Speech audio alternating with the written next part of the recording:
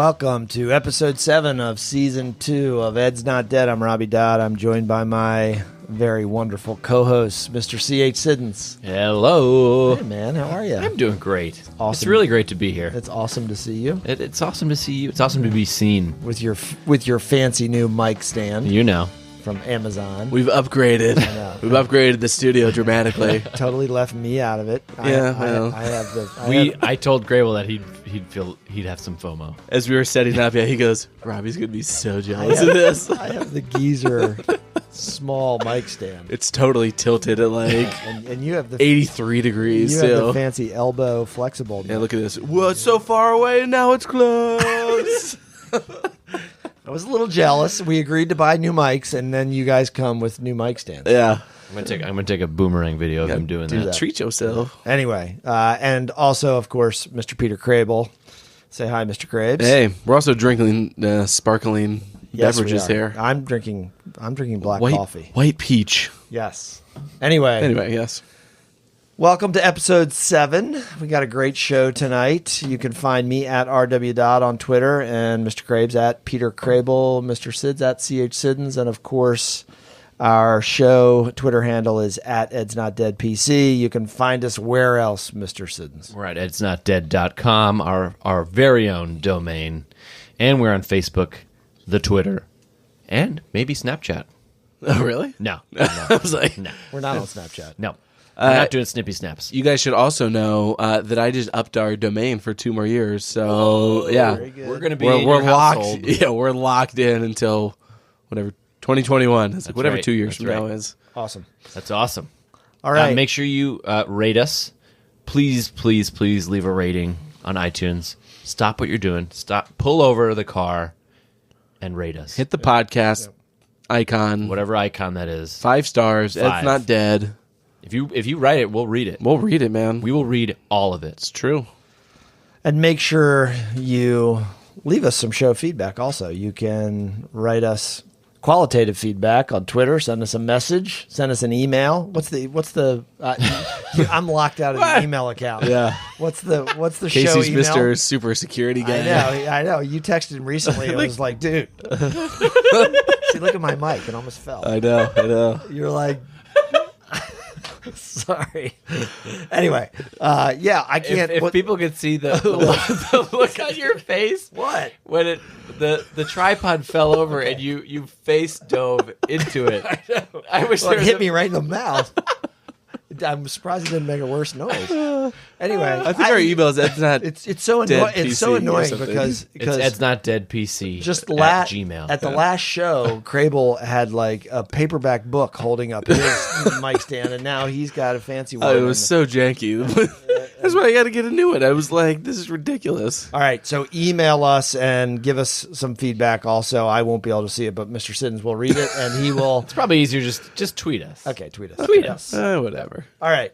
So we got a great show. We are going to talk about parenting, which Casey knows nothing about, but I am an expert. I read all the books on it. okay, he'll weigh in nonetheless. And we're going to get back to our good friend, Betsy DeVos, right, Mr. Sids? Dear Betsy, she's back. Okay, she's back. I mean, she's here. All right. Well, So- not here in the studio, but she's we're present. We're going to talk about the culture and climate of the Ed department under Hint.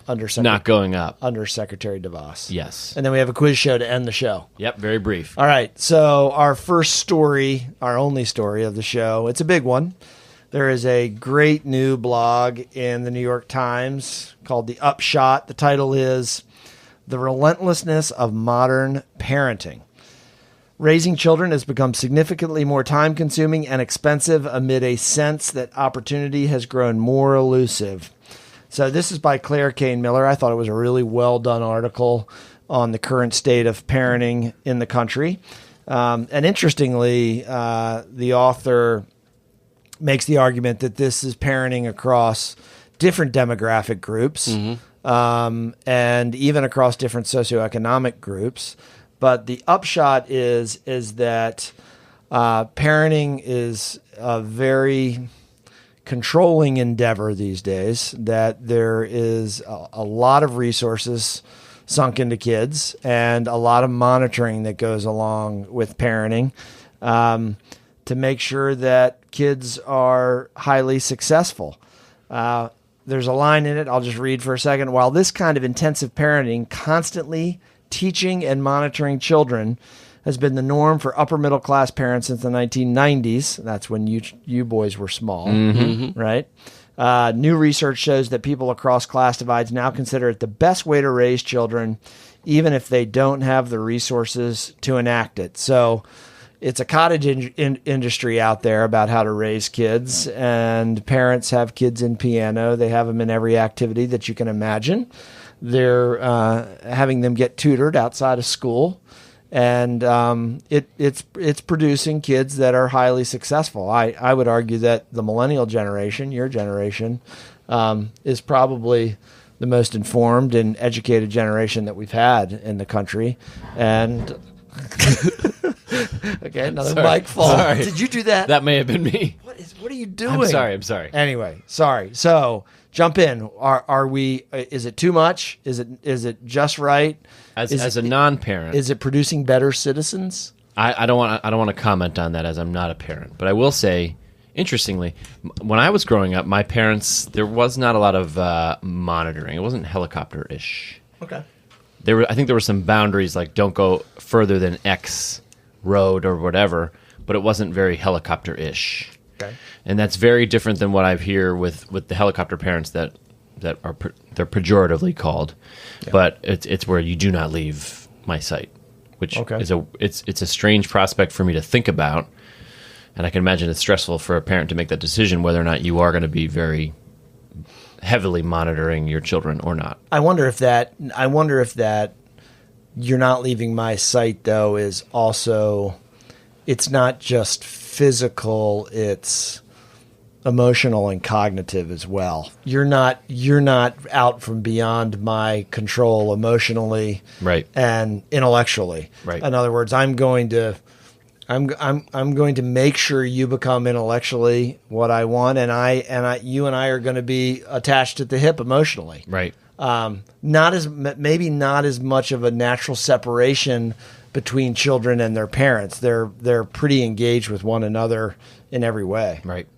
Potentially, yeah. I mean, I think some of it too, though, is like fear and anxiety as well, though, about things when all the statistics show that children don't get abducted at any greater rate than they did in the 1970s. I thought there was a statistic in here that said crimes against children had actually decreased. Yeah, so it's less. Yeah. So where's that coming from? Well, maybe his parents are just around more and they're just within sight.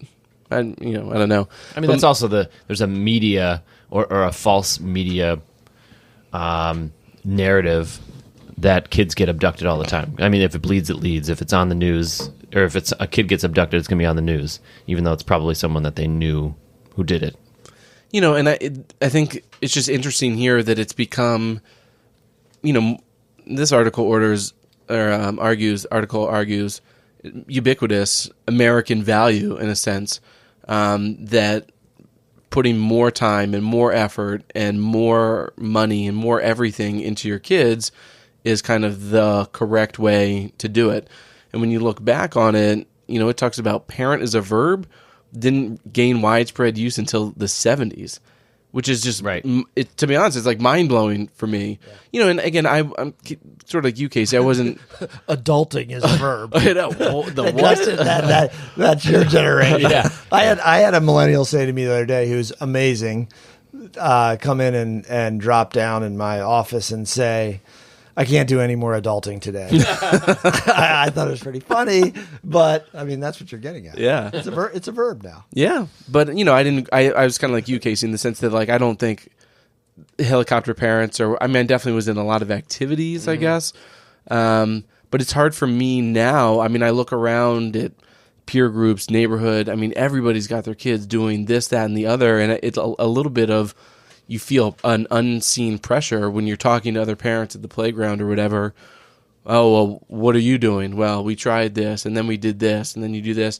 And you don't want to think it, but you do think, oh, crap, man, like, we only do fill in the blank. Right.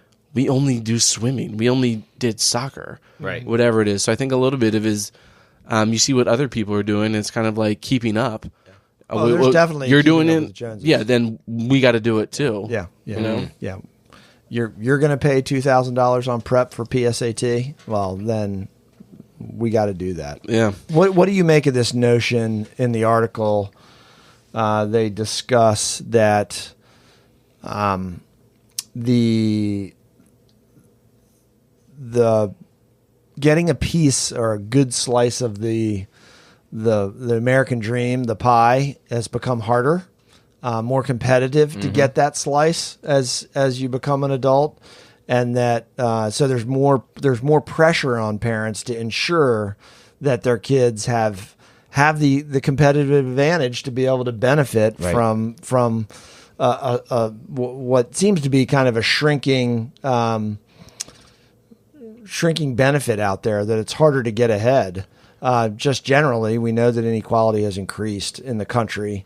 What do you make of that and that feeding this? And the irony of it is parents are spending more time and spending more money on their kids, and this is the first generation that's expected to earn less than their parents. Yeah.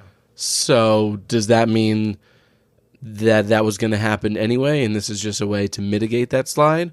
Or is in some way the sort of like, I'll say overbearing, even though that's not necessarily correct, is that somewhat to play for it as well? Well, and the article does make very clear the note that the middle class in some degree is disappearing. Mm-hmm. The gap between those who are extremely wealthy and those who are extremely poor, or the gap between the rich and the poor is increasing every single year.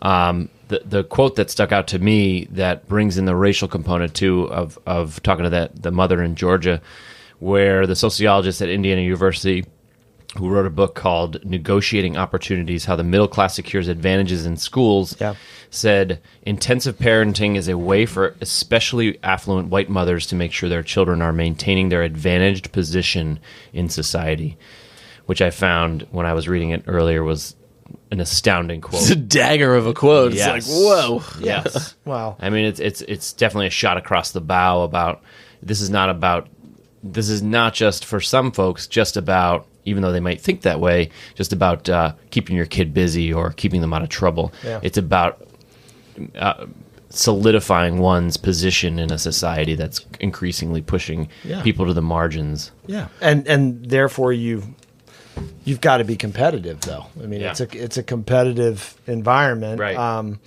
A couple of the indicators of this new kind of parenting that the author highlights are time spent on activities like reading to children, doing crafts, taking them to lessons, attending recitals and games, and helping with homework has increased the most. Today, mothers spend nearly 5 hours a week on that, compared with 1 hour and 45 minutes in 1975. That makes me laugh because I was about 7 in 1975, and I remember a neighbor called my mom right about 1975 and let her know that I was asleep under a tree somewhere pretty far away from the house. And my mom was like, oh, okay. She was totally nonplussed by the whole thing. So that's really, my childhood was kind of like Lord of the Flies, where there was not very much parenting. Right. In fact, it was almost like a show like Stranger Things, where parents are almost completely absent. Kind of like a Spielberg movie, where it's really, it's very kid centric, and but that's not how it is now. I had a parent one time tell me that I thought was very interesting. I guess it kind of runs counter to this. That she said that from the time her kids were little, her job was not to get on the floor and play with them. That was a line that she drew. That they were children. It was that was what they did. That's their domain. That was their domain. Yeah. I've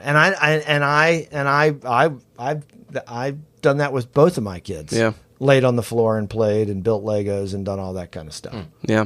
And we do see some of the backlash or the pendulum swinging toward kind of what you were saying, but the free range parenting movement. Yeah. My wife told me about in New York, you can pay somebody to sit at a coffee shop and not watch your kid.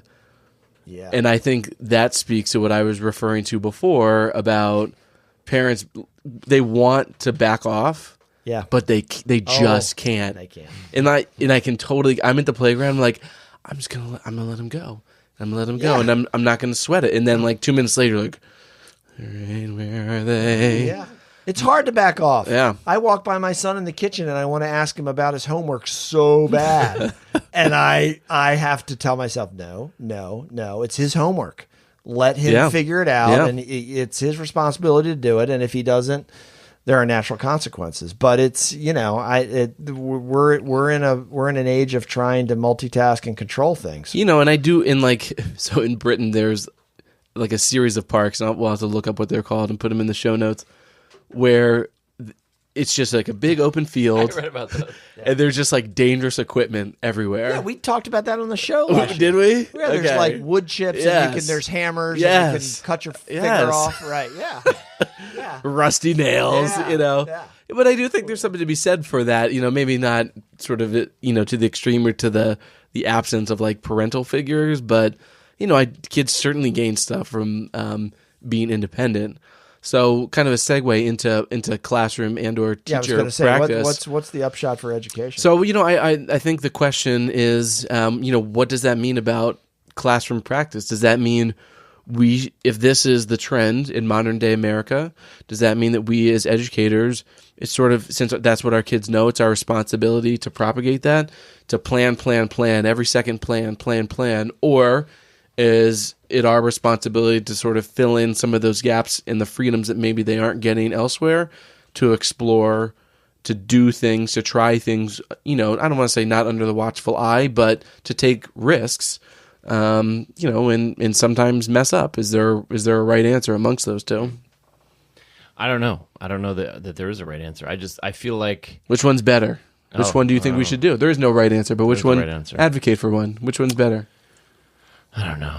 I don't feel comfortable weighing in as a non-parent. Who cares about a parent? You're an educator. As a teacher, man. All right, so kids are coming in, and let's say they're scheduled at home. Should we continue to keep them scheduled at school, or should we give them a little more? Should we back off and give them more freedoms? Over the years, I've certainly gotten to be more laissez-faire about structured time for kids in schools. Maybe not necessarily in my classroom, just because the time that we have and that instructional time is pretty sacred, but the time where they're in outside or at lunch or going to outdoor education or whatever it might be, where they finally have some moments where they can just be themselves and just be kids. I think kids don't have that opportunity anymore, or as much anymore. Kids are expected to be adults at a much younger age than they were when we were growing up. And I think kids in high poverty areas or highly impacted areas are expected to act like adults and be adults and accept adult consequences much earlier than maybe is acceptable in a society. So, that's a bummer. On a lighter note, I looked up. Hold on, Robbie, do you have a stance on one way or the other? Growing up as a latchkey kid who fell asleep under trees. Yeah. I mean, there has been such a shift in American public education towards achievement and performance that is very different than when I grew up. I mean, let's look at how much harder it is to get into competitive colleges than it was in the 1970s and 1980s. There were state universities that you could get into with almost a C average. Right. And now, again, the slice of that pie is much smaller. Kids have to do much better. Schools are focused on achievement and performance, and parents are focused on that at home. So, I mean, I think I don't know if we can put the horse back in the barn on this one. Can we put the toothpaste back in the tube, though? No, I don't think we can. We can't do that? No, you put it on a piece of toilet paper and use it the next day. Yeah, that's what you do. Put the toilet paper back on the roll. There you go. That's good. Yeah. You can do that. Yeah. Can you? And I guess it looks pretty sloppy. It looks like someone touched it. It's not classy, but it looks like someone you can do touched it. You can do it. Toothpaste in the tube, no. Horse in the barn, you can probably do the horse too. Wow. You can go out and get the horse. Well, and lead him back to the barn. That's true. Okay. That's true. So to answer your question, I would like to see I value outcomes. I want kids to achieve at high levels. Learning is incredibly important. I think it's also the how. How do we kind of stress kind of more of a collective approach or student-centered approach where kids are engaged and are not just learning to master to be evaluated by some arbitrary set of standards, but are really invested in it and are invested in the success of others. Because that's what this article gets at a little bit too, is that unfortunately, kids from lower socioeconomic backgrounds, parents from lower socioeconomic backgrounds can't keep up. And nobody's doing, schools are trying to help them, but society's not doing a lot to help them. Right. And so I think schools, once again, we probably have to play some role in trying to level the playing field. Yeah. Yeah. All right. Anyway, on a lighter note, I looked up the school in Britain, or the park in Britain. Yes. And I won't go into the details of it, but there's a picture on the front page of the New York Times article that has a young child, maybe 8 years old, about to jump on a piece of wood propped up as a fulcrum with a brick underneath it, and there's a stack of about 7 or 8 bricks on the other side. Yeah. Just waiting to be pummeled, Waiting to go everywhere. Slam on. Yeah. I mean, I do want to say that I think, just like anything else, at the risk of sounding like the geezer, no, I'm not going to sound like the geezer in the room. I think, like most things in society, I think parenting has improved. I don't think it's gotten worse. Yeah. I think, this seems over the top and some of it seems controversial, but at the end of the day, I think we've produced better educated kids. Just like everything else in society, things tend to improve. So I don't. Well, before, I think it was off the air, we talked about millennials, and maybe they're the most absolutely educated, socially conscious, no question, do-gooder generation that we've had in ever quite a while. I don't know, right? But and I think this next generation of kids will probably be a lot like the millennials, but even more. Probably, yeah. And so I think there's a lot that parents do right now. I just think we have to, be conscious of some of the stressors that we add to kids' lives. Well, if you guys need any advice on it, just let me know. Yeah. You're going to be there, and when we'll do this, when you and Sarah have your first kid next year, we'll come back to this. When you're there, I'm not going to help you at all. You're on your own. Crable's suffering through 3 right now. Yeah. So. Anyway, all right, folks, don't go away. We'll be right back. We've got Dear Betsy, right? That's right. All right. Woo. See you in a minute.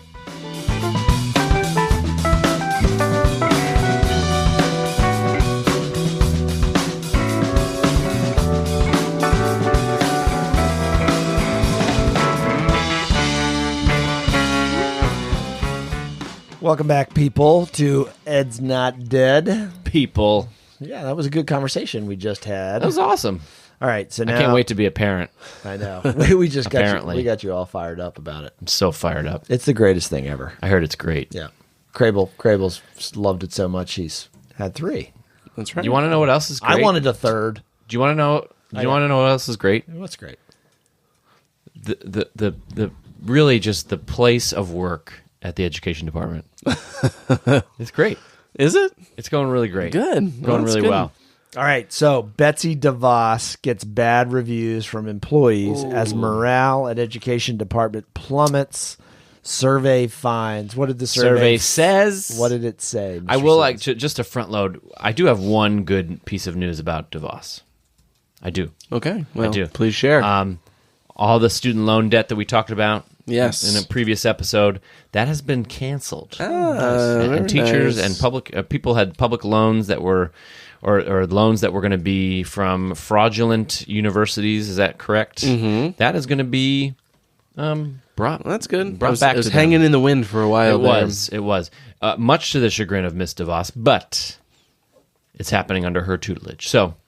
A lawsuit is forcing her to do it. I heard something about teachers who, if you work at a Title I school for X amount of years, then you get some amount of tuition reimbursement. I got it. Yeah. Is that, I think that's now questionable? Mm-hmm. That's probably hanging in the balance. Yeah, I think that's hanging in the balance as well. We got to look that up. Yeah. Look that up. Well, let me talk about this. So in the Washington Post, Valerie Strauss, Her blog. She says job satisfaction at the U.S. Education Department has plummeted over the past year. Can you believe it? Can you believe it? So there's an annual survey of federal employees, and the Education Department had a morale drop of 12.4 percentage points. Went from 59 to 47% in 2008, one of the steepest declines among all federal agencies. That's nothing. Well, is it? 10 percentage points. 47%. Less than half. Are happy. Yes. I'm pleased with Did working. it say how many respondents there were? 4. So, Education Department spokeswoman Elizabeth Hill said the change in job satisfaction resulted from the new path that Education Secretary DeVos has taken. The change excuse. I love that one. I've used that one before. It's a new way. That's why the way. The malcontents don't like it. They just don't understand. They don't understand. I mean, that is hard. It is a true statement. It is true. Yeah. Yeah. They changed the mission that people don't like it. Right. Yeah, people don't like it, and they get mad, and they say, I'm gonna kill you on your service. So here's what the spokesperson said to allay any concerns. The secretary challenged department leaders to rethink the way the Department of Education operates so that we can better serve students and use taxpayer funds more wisely. That has required a lot of change over the last year, which can be difficult for some. Okay, can his voice not drip facetiousness or sarcasm anymore? Tone it down. Does it sound like? Is it a little sarcastic? I think everything he's saying is legit, right? I mean, again, it's all real stuff. Yeah, the words, I think, do explain why there's a drop in satisfaction. They do. They talk about there's opposition to many of the positions she's taken, about rolling back Obama-era civil rights protection for some marginalized students, all the way to making it easier for for-profit colleges to operate, and ones that are maybe even fraudulent. And interestingly, too, and I don't follow every missive from the Department of Education, but kind of the big notes that we've talked about over the last year and a half, 2 years, has been a lot of undoing and or rolling back and or stepping away from. So in a sense, you get a job, I would guess, at the Department of Education because you want to fill in the blank. Mm-hmm. You want to do something. Right. And really her mission has been to not do stuff. Yeah, there was a lot of not doing. Right. Yes. To really step back from all sorts of oversight and or sort of proactive policies and just say, no, we're going to oversee but not do anything. Right. So that could be a source of, malcontent as well, I would imagine. Well, there is some silver lining for Education Department members because... What is it? Morale among the workforce at other federal agencies has dropped even more. Yeah. Oh, even more? Yes. The Department of Ed is not. Oh, so they're relatively happy. Yes. So Consumer Financial Protection Bureau, who had two bosses for a while, fell by 25.2%. Well, yeah. points. The Export-Import Bank declined 18.1%, and the National Labor Relations Board declined 12.6 percentage points. The one thing I want to point out, though, we talked about this the other day, is that the era, those years of demonizing teachers that seemed to happen, I don't know, late 2000s, early 2010s. Mm-hmm. When No Child Left Behind hangover. It was smack dab in the middle of the 8 years of the Obama administration. There was a real national movement with charters and with just this attack on teacher unions. You had Scott Walker in Wisconsin. It was everywhere, and teachers were being held up as kind of they represented all the ills. There was the aggressive rollback of public sector collective bargaining efforts, and so. I do think it's interesting that DeVos hasn't seemed to engage in any of that. I mean, she has not made teachers her focus. No. She has not made onerous accountability models her focus. No. Which, to be honest, there was some of that in the Obama administration. Yeah. I mean, there was some kind of coercive accountability that I think to your point, Crable, their approach is just to step totally out of it and not help or necessarily hurt. I think we'll find that DeVos, the longer she stays, the more strange bedfellows that she will have as the head of the Department of Education, in terms of folks that want decentralized or do not want federal involvement, but are historically maybe liberal or Democratic strongholds where they don't want federal involvement in what they're doing. Yeah. It's possible. It's certainly possible. And I think part of it, to your point, Robbie, about, whenever the height of sort of teachers as the ills of society was, part of it, too, is that when you put yourself out there and promise change and or reform and or results, especially at the federal level within the context of politics, it stokes, strong feelings on both sides. Especially when you spend a lot of money on it. And when that amplifies it. And when you kind of are in the background and stuff comes out, policies here and there, but there's no promise from the Trump administration of fixing quote unquote schools or of whatevering the education system. It's just kind of there. Right. And, a little bit here, a little bit there, but it's in the background. There's so much other stuff going on that there's no national debate, revolving around it. And if there were, to your point, we may see an uptick in that sort of like, well, teachers or, schools don't, or, whatever the case. Right. And Strauss at the end says that even Betsy DeVos has said that she wouldn't mind if the department actually closed. So, that goes part. Wasn't that Rick Perry's thing when he listed the 4 departments that he would close? Was the Department of Education one of them? Yeah. Well, he missed. He couldn't remember. The EPA, the other ones. The other ones. The Reagan administration wanted to close the Department of Ed in the 80s. Yeah. They had. And it had only been around for like 10 years. Yeah, they had it in their crosshairs right out of the gate. But it has survived, and it has done great work. So, and it will continue to survive. Yeah. Anyway, all right. So that was Dear Betsy. That's right. That was a good installment. So over the break, I, as a transition to the quiz for you all, I was watching a lot of Cash Cab. You ever watch Cash Cab? I have not watched it. It's been about 10 years. It's one of the greatest shows. It still is amazing. High drama. So good. I want to get in the Cash Cab someday. Were you playing Mario Kart too? Yes. Did you play video games? Yeah. Okay. All right. A lot until my eyes were bleeding. So one of the things in the Cash Cab is they do a red light challenge where he gives you a topic or something and you have to name as many as you can in the 60 seconds. Ooh, that's hard. So I'm going to time you. I'm going to put a timer up, and you have to do... With your fancy little thing over there. This is the only reason I got it. It's so weird. It looks like something from War of the Worlds. So how much time do you want? 60 seconds. 60 seconds. All right, 1 minute. Maybe 30 Didn't you just seconds. say that?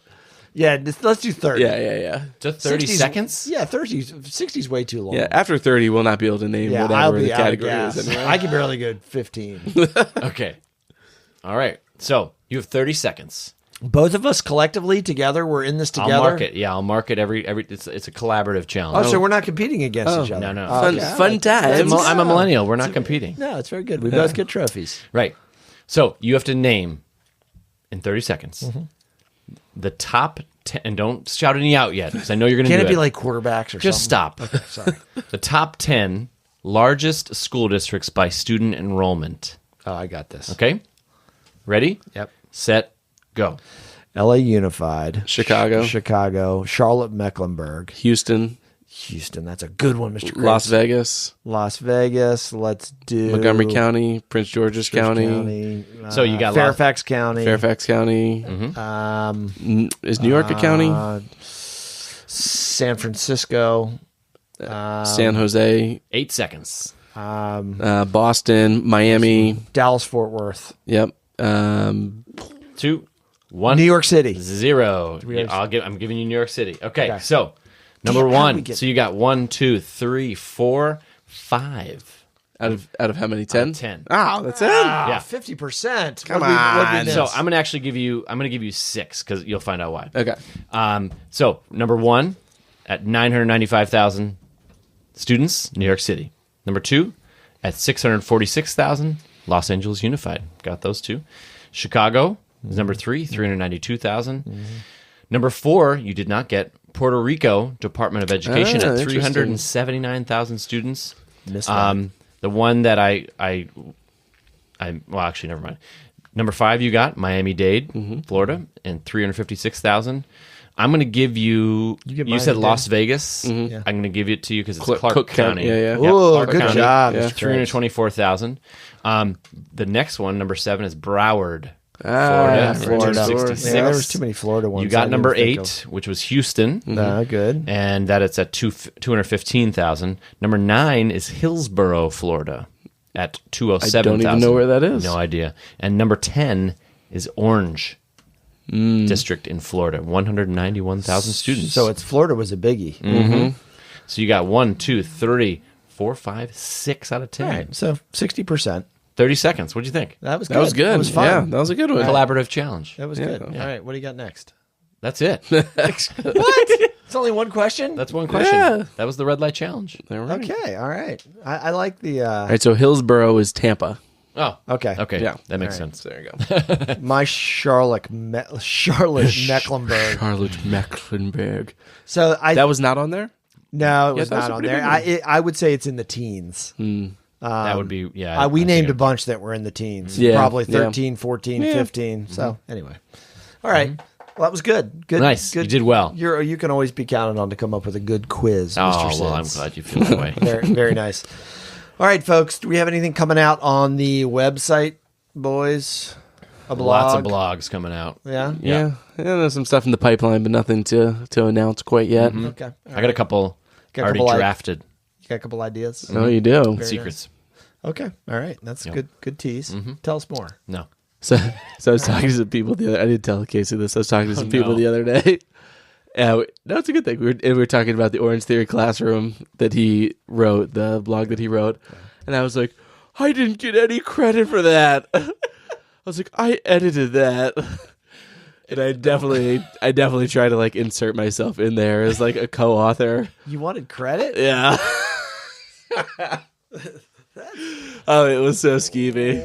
When I submitted to ASCD, Yeah. they changed the name of it. Yeah. And they hacked it, man. they hacked it and they said Did they hack it up? they did because they had to get it short and sweet. Yeah, they had to take out the copyright stuff, and they said it was by me, and that I'm the writer is me, and then Ed's not dead. Yeah. So What? I didn't even get a mention? I had nothing to do with it. you did. I don't even know what. I still don't even know what Orange Theory is, really. But that's good. I was proud of you. I didn't know they hacked it up, though. Well, they have to fit it. Yeah, I mean, they just like shortened it to 400 words or Right. whatever they wanted. Yeah, really short. So. My next blog post is coming soon. So Yeah, man, I am So excited. excited. Rife with research, rife with Bendurian triangles. Anyway, all right. So that was episode 7. Yeah. It was a good one. Next episode, well, we'll see whether it's within the You're confused. No, I do. Within the context of the next episode, we'll either do just the interview or it'll be within the episode. But we are going to be interviewing Kathy Hoffman, incoming Arizona State Superintendent. That's right. That's a big one. Yeah, which is a pretty big get. So there's a whole Teacher big to state superintendent. immediately from teacher to state superintendent in a pretty big upset politically. Yep. And First Democrat in 20 some years out there in that department. Talk about a state where a lot of kids go to private schools. It is Arizona. Is that right? Yep. I didn't know that. Absolutely. Yeah. All right. Good job, guys. So always great to see you. You can find me at RW. on Twitter, at Peter Crable, and at C8 Siddons, and of course tweet us at Ed's Not Dead PC. Check out our website. Send us an email. Spread the word about the show. We appreciate you tuning in each episode. Tell your friends, tell your family, and leave us a rating on iTunes. Yeah, and do it. And leave us some feedback. All right, we will see you next time for episode 8 of Ed's Not Dead. Thank you. Later. Later.